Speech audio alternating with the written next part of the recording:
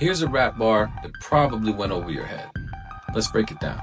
J.R. Writer is not necessarily a household name, never really had that big acclaim to fame like some of these artists that he was around did, like Joel Santana, for example, or Jim Jones or Cameron, but he held his own when it came to rap. I always thought he had a pretty unique flow and his wordplay was clever, so I want to break down one of his lyrics today. Off the Still Standing 3 mixtape, J.R. Writer hit us with a record called 100 in the Clip.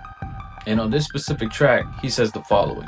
Damn, I'm somebody you cannot avoid. I Chris Farley OD with the Tommy boy. This bar is hella creative and there's a lot to unpack because he makes a ton of references in a very short amount of time.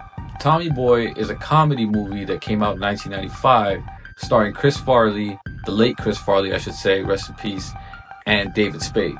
Chris Farley had a promising career ahead of him. Unfortunately, it was cut short because only 2 years later he was found unalive in his apartment. The autopsy came back to show that Chris Farley had unfortunately overdosed or OD'd. So what J.R. Writer is referencing here obviously is Chris Farley and the overdose, but also Tommy Boy, and he's also referencing Tommy, the weapon, pew pew. To break it down into simpler terms, he's basically saying that he takes things too far with the Tommy weapon, pew pew. That's a clever bar.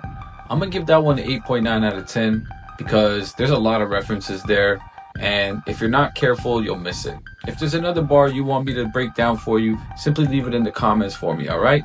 Peace.